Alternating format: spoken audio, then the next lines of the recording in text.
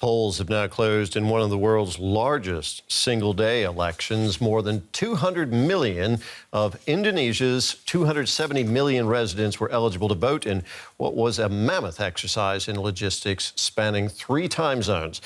Voters chose a new president and vice president, as well as members of parliament and local councils. Indonesia's so-called Festival of Democracy wrapped up without major incident.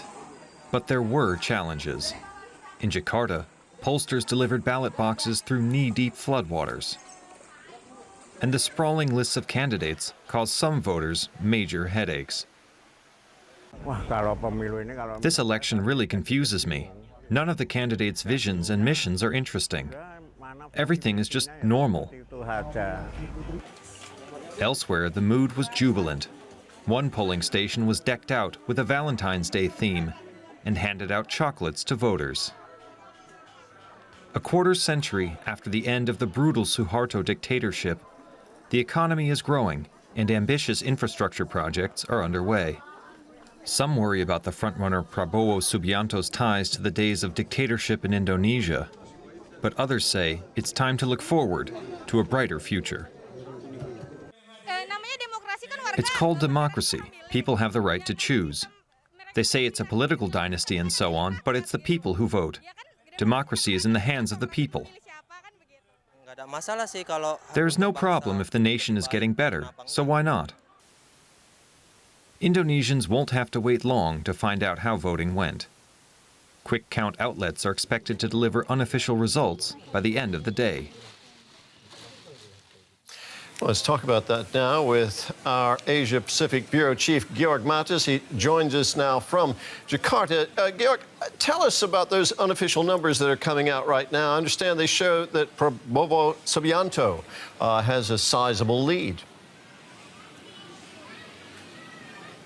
That's right, Terry. It takes more than 50% of the votes to avoid a runoff, a second round in these elections. And it appears, if you follow those quick counts, that that is exactly what Prabowo has achieved. He's at the moment at 59% of the vote. There's a 2% error margin in these quick counts. And so that would have meant if we had 52% for Prabowo, we would have still had to wait. But 59% is pretty clear that it appears that Prabowo, so team number 2, together with the son of Jokowi, Gibran, has nailed this race.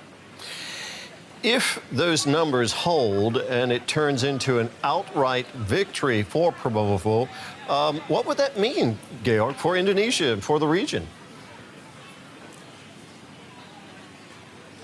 Yeah, Prabowo pretty much stands for a continuation of the politics of Jokowi. Frankly, one has to say that the politics of Jokowi, the initiation of economic reforms, making the gap between rich and poor in Indonesia smaller, initiating battery production, electric vehicles here in Indonesia, all of these things were hugely popular. And if people could vote, they would vote again for Jokowi. And so Prabowo really is the man who stands for this legacy, who wants to continue these reforms. And if you want a feel for how sure he is that he has won this race, he invited this morning reporters to film him exercising in his swimming pool at home. And where I'm standing here in the heart of Jakarta, a huge venue is set up to celebrate what is potentially the victory of Indonesia's next president. Now, turnout in Indonesian elections is generally very high, which is interesting, and it's a massive undertaking with over 200 million people in 3 time zones. How was turnout in these elections, Georg? Any idea? Well, we had some torrential rains this morning, but I don't think this will have any impact really on the outcome. After all, we're talking about, you mentioned it, 3 time zones, 205 million voters, 17,000 islands. It's the biggest single day election in the world. So we can't talk about the turnout yet, but the quick count gives you a pretty clear impression that Prabowo Subianto may well be the next president of Indonesia. Now, there were some protests in the run-up to the vote, Georg, with some accusing current President Joko Widodo of political meddling. Tell us more about that. Yeah, I think that was one of the most controversial things in these elections, the fact that President Jokowi really installed his eldest son as vice president.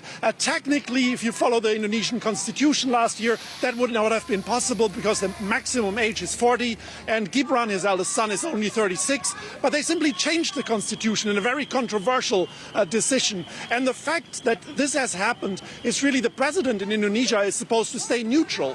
And President Jokowi didn't officially endorse Prabowo as his candidate, but he has thrown his full political weight behind it. He appeared together with him. His son is running as vice president. So pretty much clear that Jokowi is supporting this candidate.